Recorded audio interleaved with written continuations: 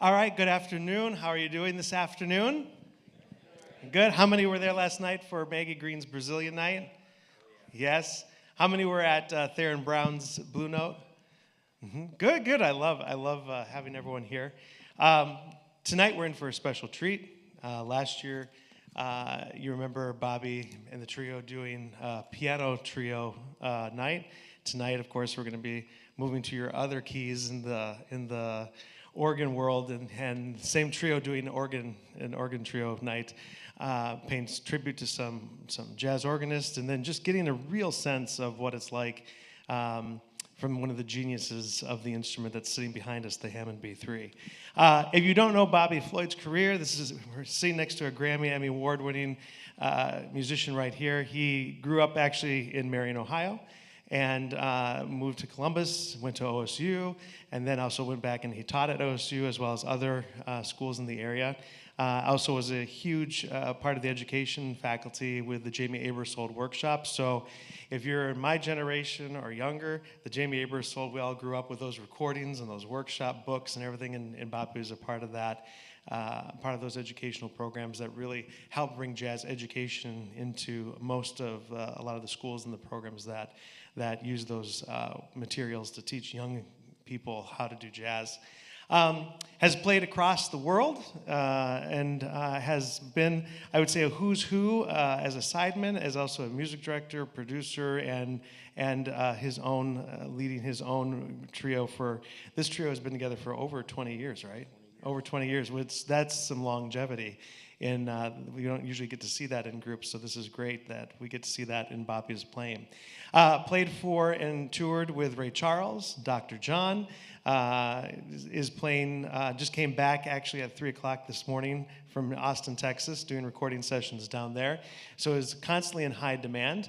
I think one of the things I love about Bobby is I have a huge passion for the music of Count Basie, and Bobby sat in Count Basie's chair for 6 years with the Count Basie Orchestra, and leading some pretty big shoes in there, but a masterful musician here that we have this afternoon. So I've always had the honor, anytime I get to work with Bobby, it's always a treat, and you always know you're in great hands. So ladies and gentlemen, please welcome Bobby Floyd.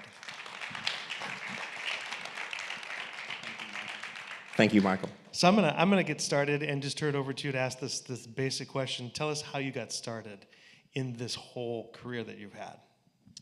Okay, well, first of all, thanks for the invite. I'm very happy to be here. And what else was? Oh, thanks for all the compliments. Wow, Well, that's great. I have my bill later that I'll send you. I was ready to go home after that. Well, they know all about me. I can go home and no. But anyway, music has been my entire life. I started playing when I was 2 years old. It's a God-given gift. My mom played piano just a little bit, and also my father. They weren't accomplished musicians. They could play chopsticks and, 1, 6, 2, 5 chords, just real easy chord progressions. And I kind of took it from there. They taught me how to do that, but I pursued it and decided even at a very young age to make music my life. The rest is history. I started listening to records. My mom played in church. She was good enough to play in church. At the age of 6, I kind of took her place. She let me have the job. So I started playing in church at the age of 6. My dad absolutely loved jazz piano, like all the jazz greats. Everybody from Oscar Peterson to Earl Garner to Thelonious Monk. So I listened to all of them. So I got the gospel side from Mom and the jazz side from my father, So it went on from there. I went on to go to college, went to Ohio State, studied music. And shortly after 2 years in college, I started getting offers to go on the road. And that was my goal. Well, he told you I'm from Marion, Ohio. So I moved from Marion to Columbus, to the big city. I wanted to go to the big city and play jazz. That was my goal. So I went to school, but I started getting all these offers to go on the road. And Ray Charles was one of them. Jeff Tyzik, he's a very well-known pops conductor.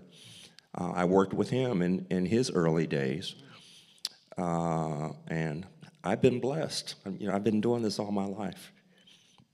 How old were you when you got the Ray Charles gig? And because Ray Charles is a piano player, what were you doing on those gigs, on the road? I played in his big band. I traveled all over the world with him, and he took his big band with him. Big band like the Count Basie, that kind of big band, Duke Ellington. Ray Charles also had a big band.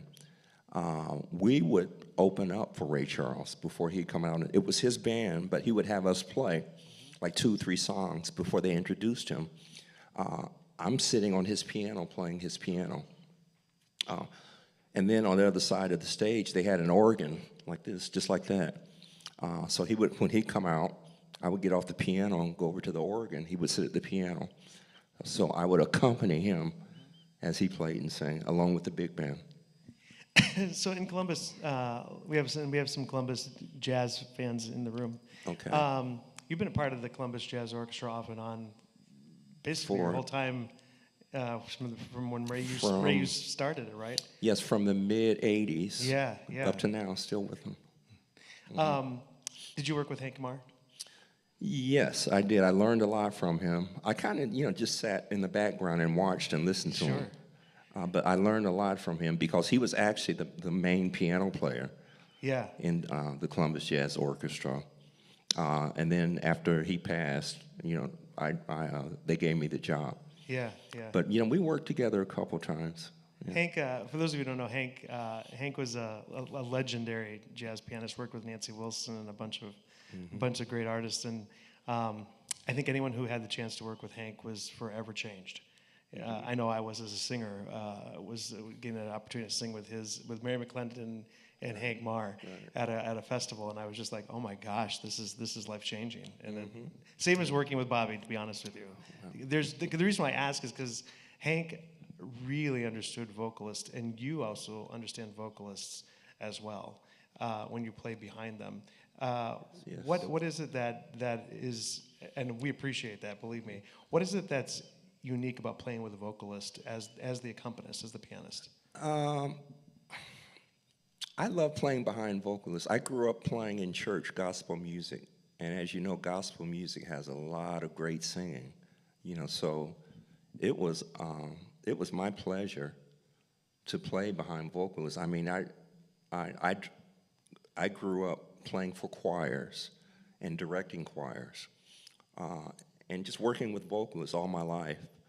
And it was just so much fun being able to do that, to play behind vocalists.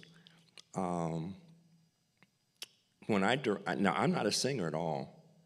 I'm a horrible singer. You never want to hear me sing. They used to call on me to sing in church when they wanted everybody to leave. I'd sing the first note. But I spent all my early life directing choirs and telling and kind of showing, by way of my piano playing, singers how to sing. But I could never really demonstrate, But yeah, I love playing behind vocalists. It's a lot of fun. A lot of jazz musicians don't. That's why I'm asking. Well, that's true. I mean, we're jazz musicians. We're in the spotlight. We want to show off what we can do on our instruments.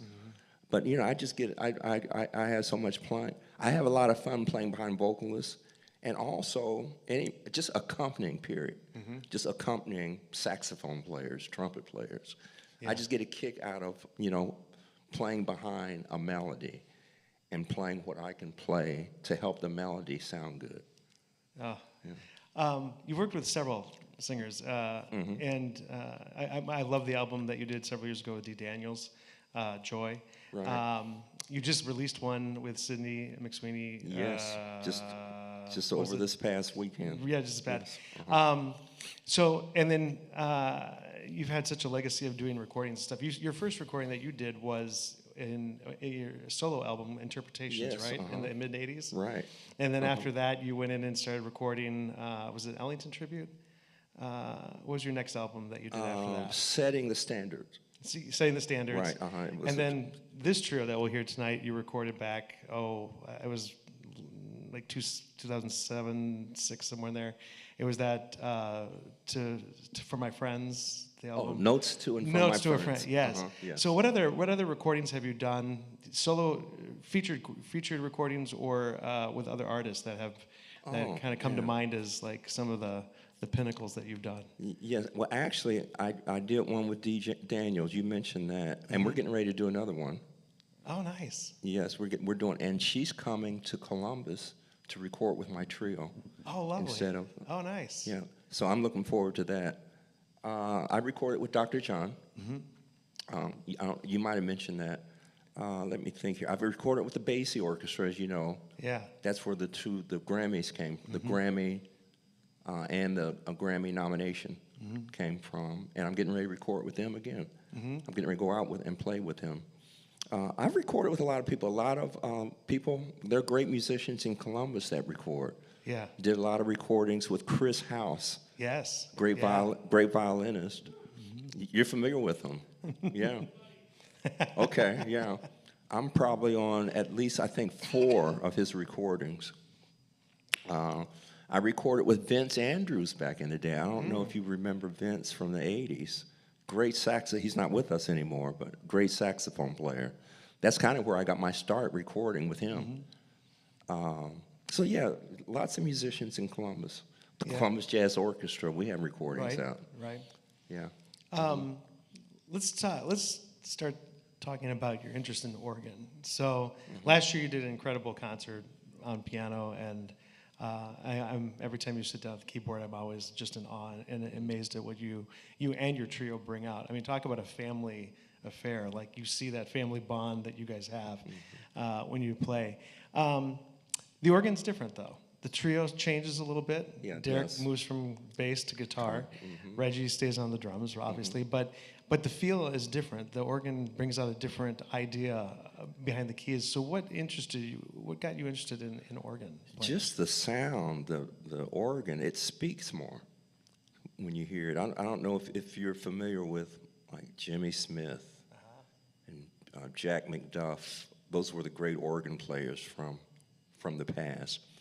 But the organ sound is so different. Now, when they invented this organ in the mid-30s, it was supposed to take the place of the big pipe organs in church. It was sort of like the portable version. You know, you could move it around. You can't move those big pipes around.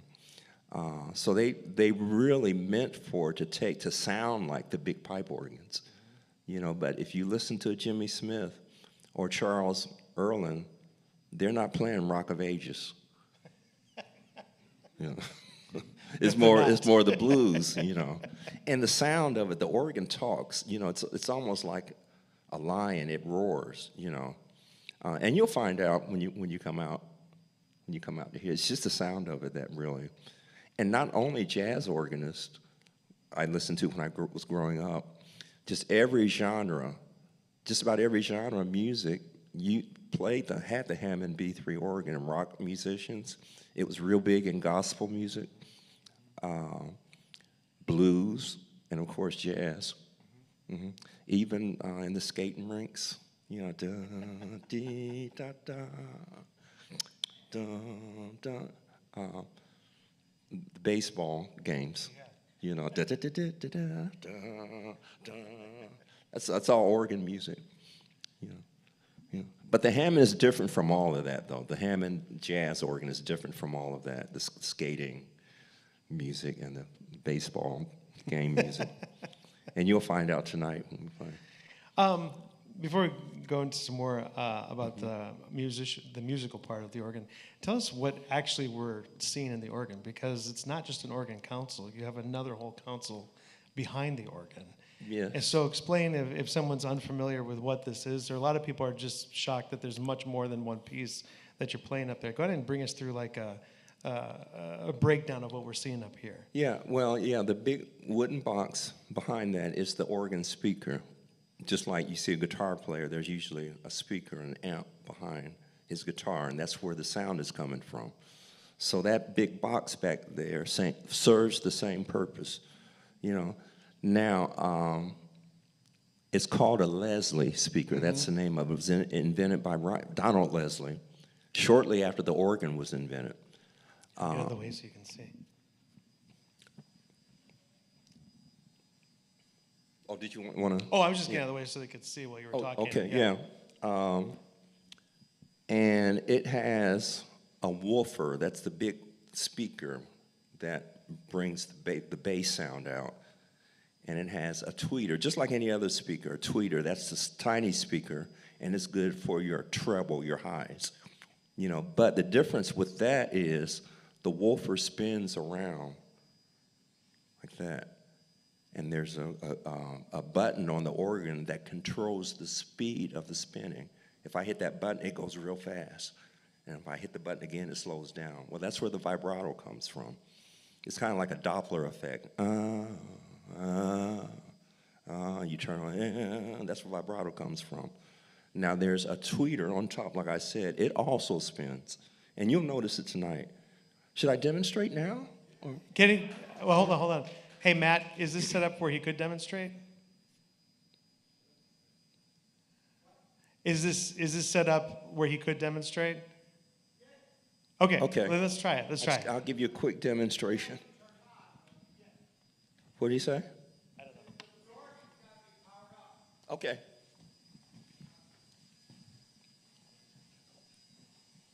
It looks like it's already on. Well, it was on. I'll do it again. It's really primitive. I'm turning the organ on now. There are tone wheels on the inside that spin. And in order for the organ to start, that noise you're hearing, it's cranking up. And once it gets up to a certain speed, you push another button up like that, and it goes by itself at that point. It's like one of those old propeller airplanes. And I'll just play a note. Make sure it's on. Okay. So let me turn that off. It's just a nice, clean. You can turn the monitors up here, Mike, off. We don't need the monitors on. Is that feedback we're getting from the monitors? Yeah.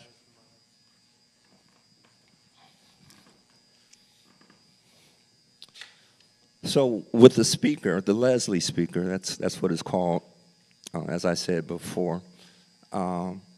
So you have the two speakers spinning slow, and it sounds like that. But if I turn it on,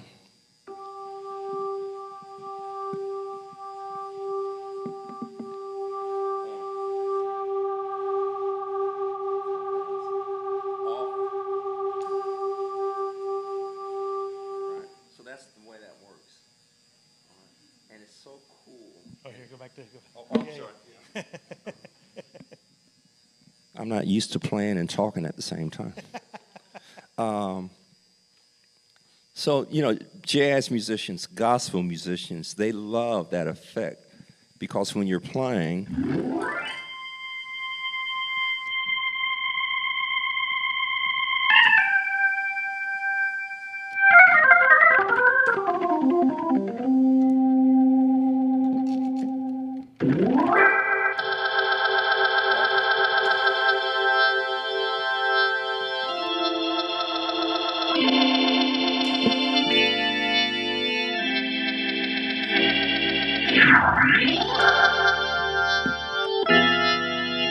okay, that's enough. You have to come tonight to get the rest of it. Hold on, before you leave. Because when you're playing piano, you only have 3 pedals. So these are more. So explain what's happening because, in jazz, we have the bass player playing, but here's the thing, Derek's not going to be playing bass tonight. He's on guitar. So explain that for people who may be curious. Yeah, so just like other organs, there are bass pedals. Actually, on organs, you have like more than one manual. Keyboard manual. Piano, it's just one. Organs, you have one right here. The second one right here is the lower manual. And then you have a manual for your feet. And these pedals are lined up just like the manual, like C, D, come on. They're not working right now. There we go. D, E, F, G, A, B, C, on out. So that's where you get your bass from, which is the reason when I play organ with my group, we don't need a bass player because I'm playing bass on the pedals. So that's what that is. And yeah, that's pretty much it. Different sound. Organ is not like a piano when it comes to touch sensitive. When you play piano, the harder you play, the louder it sounds. On organ, you can't do that. It's just one volume when you play it. But the way you control that is there's a pedal right here. It's a volume pedal. And if I hit a note, let me turn it down a little bit. If I play a chord, if I raise my volume pedal, I'm going back down. So that's where your dynamics come from when you play organ. Your dynamics when you play piano, the more you dig in, the harder you play, the louder, or vice versa, the softer when you back off of it. Yeah. So that's another difference. Of course, when you play organ, you have more, we have drawbars, we have tabs, we have presets that change the sound of the organ. And piano's not like that. You just get one sound. So those are 2 or 3 other things that people really loved about the Hammond organ when it came out. All right, let's go back. We'll go back down. Don't want to give too much away. Right. Right. So as we're coming back down, who are some of the songs that you listen to that inspired you? Like I always think of when it comes to jazz organ, like The Sermon or Back at the Chicken Shack and Jimmy Smith and all that. Like, who are some of the artists and what were some of the songs that inspired you with the organ? Well, all the greats, everybody had something different to offer because they were all different from each other. Like Charles Earland was known for his real funky swinging bass line on the organ. I mean, he could just play the bass line all by itself, and you would feel it. You would want to get up and dance when he played. Just his bass line alone. Jimmy Smith, he was great. He was very, very good with we call it chops. But that's called dexterity, getting around on the organ. Very good, very fast, very accurate, like classical musicians. But then I listened a lot to Earl Grant. Anybody remember Earl Grant? He was a singer organist, and he had a different sound. And I listened to gospel organist, Billy Preston. A lot of people don't know that Billy Preston got started playing in church behind James Cleveland when he was young. He's like 15, 16 years old playing with James Cleveland. And he had a very unique but very soulful style. And he really inspired me to want to play organ in church. Who else? There were rock and roll and R&B organists like Lee Michaels that played with Santana a lot back when Santana was very well known in the 70s. He kind of like took a little break and became popular again in his later years. Is that me? Okay. Oh. Right. Maybe they heard the organ and want to play with them. But yeah, I picked up a lot from a lot of different artists.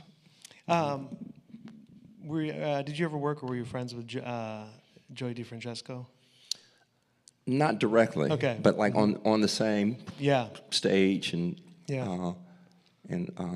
I met him.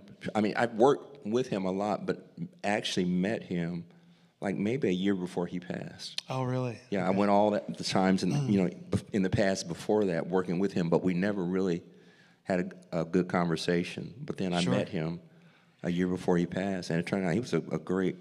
He was just kind of laid back, shy, like I am. But we had a great conversation. Yeah. What tonight? What are some of the songs or some of the tunes you maybe are thinking about playing? I know that your idea of a set list, we find out what it is once the concert ended. But what are some things you're thinking about tonight? Especially since the whole night is dedicated to the organ. Well, one song. Well, actually, one of my favorite piano players was Earl Garner. I think I mentioned him earlier. You met him, right? Yeah, I met him when I was real young. He was probably when I was young, growing up. He was my favorite piano player. Of course, you know his big hit. Does anybody know Earl Garner's his claim to fame? Be-ba-boo, doo-doo-dee-dee-dee-dee-da-ba-boo. There's a movie, a very famous movie. Yeah. Like that. Play Misty for me. He wrote Misty. Well, anyway, yeah, that's one of his songs. Groove Holmes, another great. Oh, I was just saying Groove Home. Yeah. Yeah. I know, yeah. Oh, that's me right here. Hold on one second. Sorry. Oh, okay.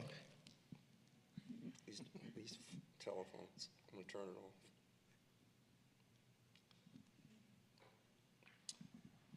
off. Yeah, Misty by Earl Garner. Well, Groove Holmes, another one of my favorite organists, came out with a swinging version of a Misty, and I'll play that tonight. Nice.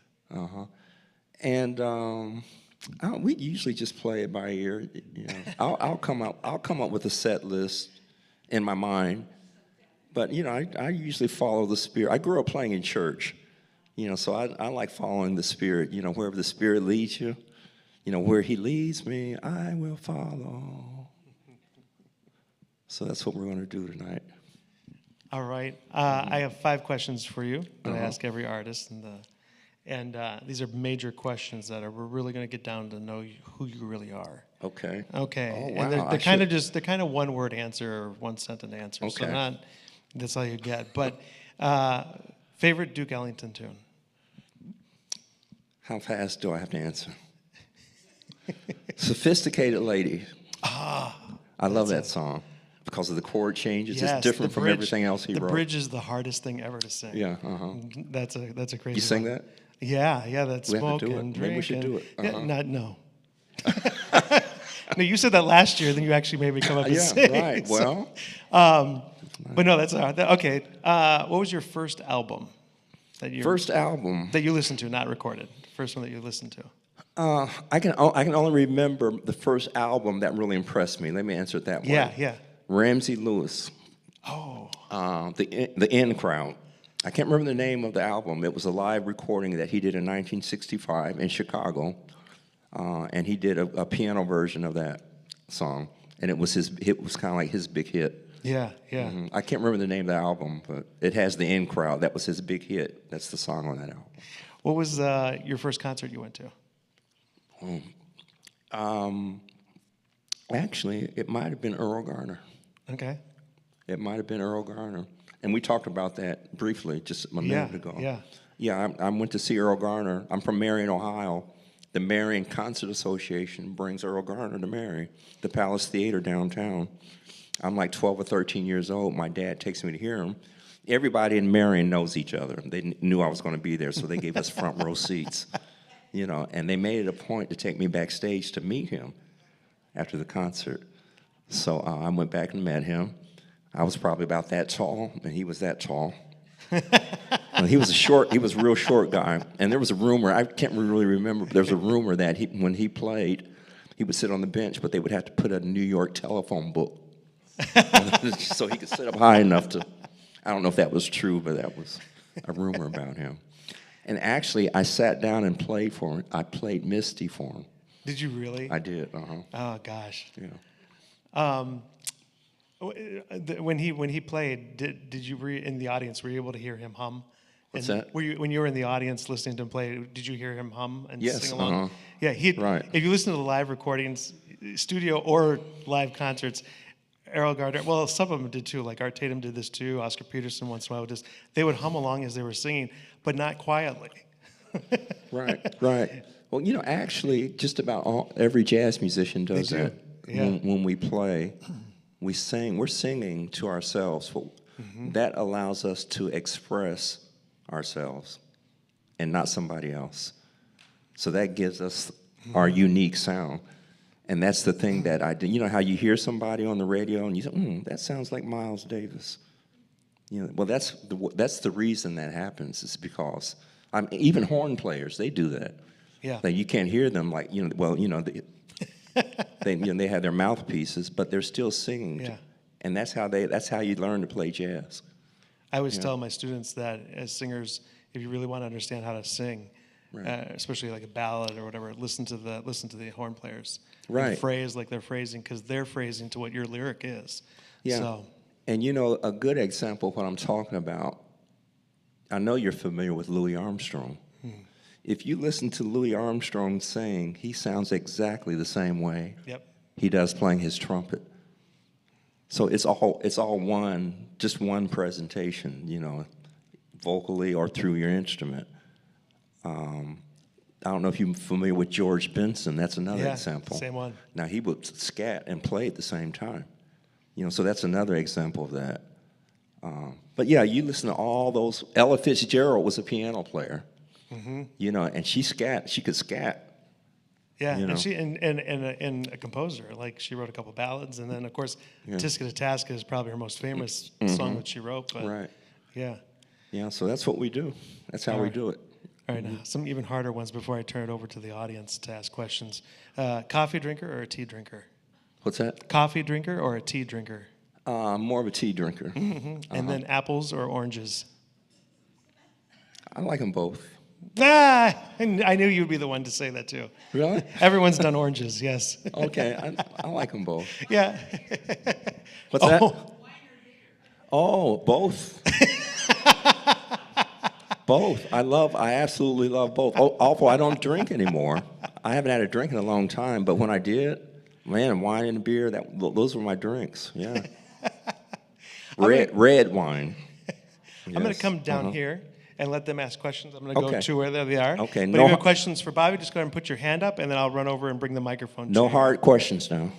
No, those were the 5 hard ones. Those are the 5 hard Okay. ones. Okay. Anybody have a question for Bobby? I'll come. Yes. What's your pre-concert routine? Really don't have one. I just try to relax.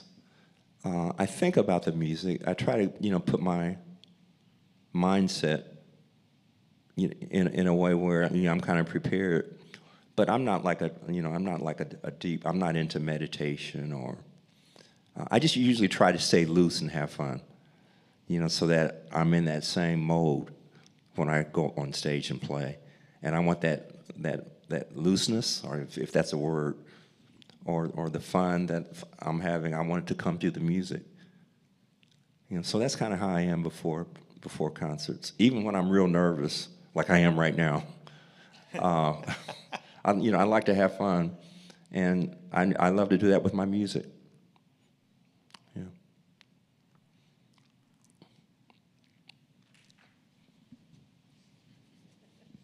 Always the people in the back. So when you're accompanying vocalists, and do you ever get it so somebody says, "Oh, that was great, but could you take it up a third and then do it again? Do it for me." Yes, that happens. Watch it, Bobby. Watch it. And it happens a lot. If it's not too hard of a song, yes, it's easy to do. And a lot of that comes from playing in church also, because growing up in church, we would have, in gospel churches, especially back in the 60s and 70s, we would have what you call a testimonial service, where the church mother or church missionary or sister would get up and testify. But they would always have a song they'd sing before they testify, and they would just start singing it in any key. And I'm the piano player, and you would just have to be right there with them, And I wish there was more of that today, because I learn a lot. It's almost like somebody testing your character, and you become a better person. Well, it kind of helped me become a better musician doing that. So yeah. Mm-hmm. As it turned out, my wife and I have a son who is very musically talented. Perfect pitch, play anything he wanted by ear, the whole 9 yards. And given your experience, what would your advice be to parents having no idea what to do with a kid who's constantly humming, constantly singing to himself, constantly, and able to make music. How do you approach helping a child like that develop their talent?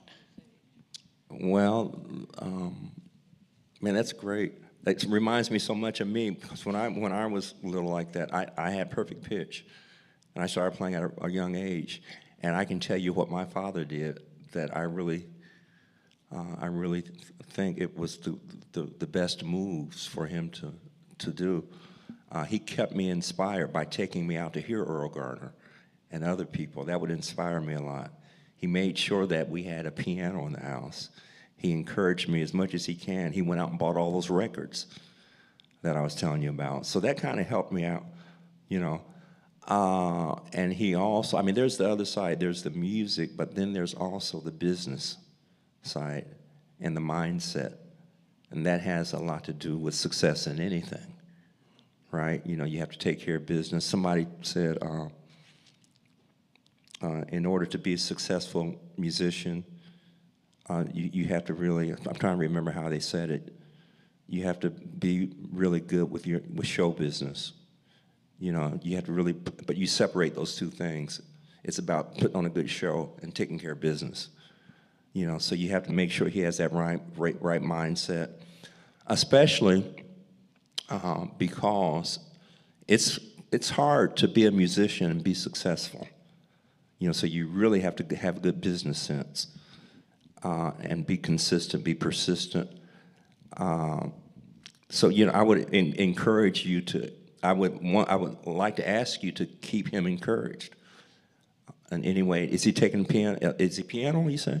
He's a percussionist. Percussionist. Oh, okay. Mm-hmm. You don't know what to do. Right. You're not sure what you're looking at, what the limits are, lessons, what kind of lessons, where do you go? Right. Yeah, encourage him. I would suggest you encourage and you back up your child as much as you can to pursue that. But at the same time, you don't want him to be a musician that, you know, financially is not successful. There are a lot of like musicians out there that aren't doing well. There's so much to their music, but they, you know, they can't find jobs. They can't find, we call them gigs. Mm-hmm. So, you know, you want to make sure that, you know, they take care of both sides, you know. But yeah, and that's a great question. Yeah, I would suggest all those things. Here, let me, just so they can hear. Yeah, I'm the mother of that same son. And we went the formal piano lesson route, but I don't think that really was what he appreciated, because he wanted to play on his own terms. And I'm kind of wondering, you may not have even had to go through that. You went to college and you took piano or organ, right? But our son took piano lessons until he wrote us a note at age 11 that he wasn't going to take lessons anymore. Oh, is he still playing? He plays for his own purposes. Uh-huh. He knows music. He likes if he hears something he loves, he will master it. He will print music if he can't hear it all. Right. Because it's too fast, 16th notes. Yeah. I'll say, why'd you print that? Because I can't hear every note. Right. But so he did that all on his, but he went to school, as John said, for percussion performance. So he's got great skill, but he's not using it as a musician now. Right. Yeah.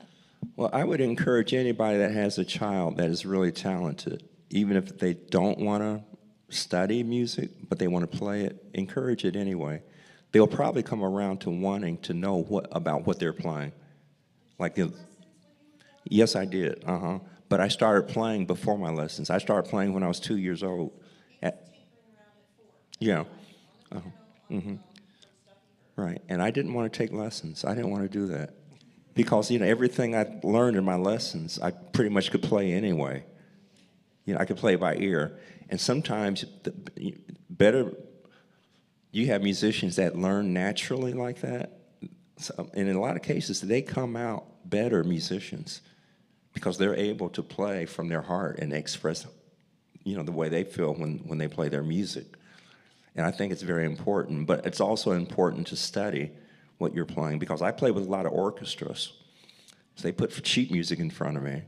So that helps too. So I mean, don't discourage them. That's the big thing. If they want to play by ear, that's great.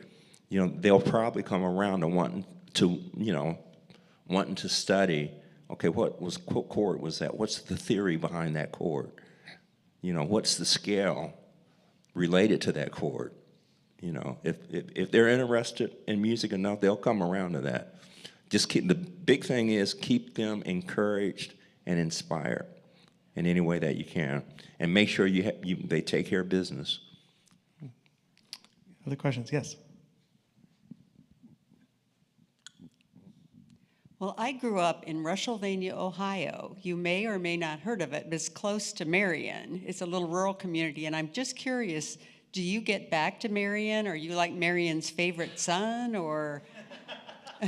I hope so. Yes, I go back to Marion. I just started doing concerts for Juneteenth in Marion every year on Saturday night of the week of Juneteenth, which means next Saturday night I'll be doing a concert at the Palace Theater Pavilion in Marion for Juneteenth. And a lot of my old friends, they come out. And I'm taking my trio, the same group you're hearing tonight. So we do that every year now. All right, and I still have relatives. My mom is still with us. She's 92 years old. She's doing pretty good. So I go see her a lot. So yeah, I still go to Marion a lot. Mm-hmm. We had the question back here. Are the Hammonds like this still being produced, or are they not? They stopped for a while, and then they started coming out with these digital models, like maybe, 20 years ago? Maybe a little longer than that.